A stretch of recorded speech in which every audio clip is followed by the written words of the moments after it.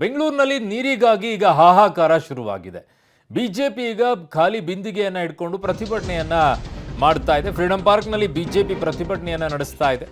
ಸರ್ಕಾರದ ವಿರುದ್ಧ ಬಿಜೆಪಿ ನಾಯಕರು ವಾಗ್ದಾಳಿಯನ್ನ ನಡೆಸಿದ್ದಾರೆ. ಬಿಂದಿಗೆ ಹಿಡಿದು ಬೀದಿಗೆ ಇಳಿದು ಬಿಜೆಪಿಯವರು ಈಗ ಪ್ರತಿಭಟನೆಯನ್ನ ಮಾಡ್ತಾ ಇರೋದು. ಫ್ರೀಡಂ ಪಾರ್ಕ್ನಲ್ಲಿ ಬಿಜೆಪಿ ಪ್ರತಿಭಟನೆಯನ್ನ ಮಾಡ್ತಾ ಇದೆ. ಸರ್ಕಾರದ ವಿರುದ್ಧ ನಾಯಕರು ವಾಗ್ದಾಳಿಯನ್ನ ನಡೆಸಿದ್ದಾರೆ. ಬೆಂಗಳೂರಿನಲ್ಲಿ ನೀರಿಗೋಸ್ಕರ ಯಾವ ಪರಿಸ್ಥಿತಿ ನಿರ್ಮಾಣವಾಗಿದೆ, ಹನಿ ಹನಿ ನೀರಿಗೂ ಪರದಾಡುವಂಥ ಪರಿಸ್ಥಿತಿ ಬಂದಿದೆ.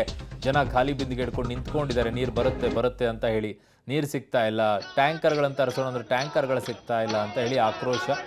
ಈಗ ಬಿಜೆಪಿ ವಿವಿಧ ರೀತಿಯಲ್ಲಿ ವಿಭಿನ್ನವಾಗಿ ಪ್ರತಿಭಟನೆಯನ್ನ ಮಾಡ್ತಾ ಇದೆ.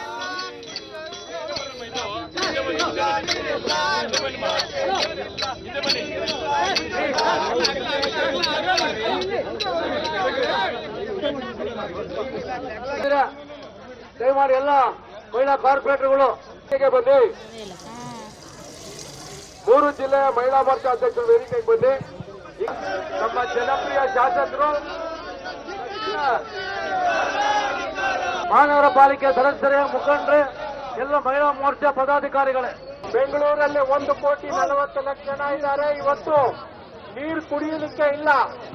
ಕಳೆದ ಮಾನ್ಸೂನು ಹಿಂಗಾರು ಮತ್ತೆ ಮುಂಗಾರು ಎರಡೂ ಕೂಡ ಫೇಲ್ಯೂರ್ ಆದನ್ನು ತಿಳಿದು ಕೂಡ ಹಿಂದೆ ಸರ್ಕಾರದಲ್ಲಿ ಕಾಂಗ್ರೆಸ್ ಸರ್ಕಾರ ಆಡಳಿತಕ್ಕೆ ಬಂದ ಮೇಲೆ ತಮಿಳುನಾಡಿನಲ್ಲಿರುವಂತಹ ಅವರ ಡಿಎಂಕೆ ಅಲಯನ್ಸ್ನ ಒಂದು ಓಲೈಸಲಿಕ್ಕೆ ಕೋರ್ಟ್ಗೆ ಹೋಗುವ ಮುನ್ನವೇ 15 ದಿವಸಗಳ ಕಾಲ ನೀರನ್ನು ಬಿಟ್ಟು ಕೋರ್ಟ್ಗೆ ಹೋಗ್ತಾರೆ.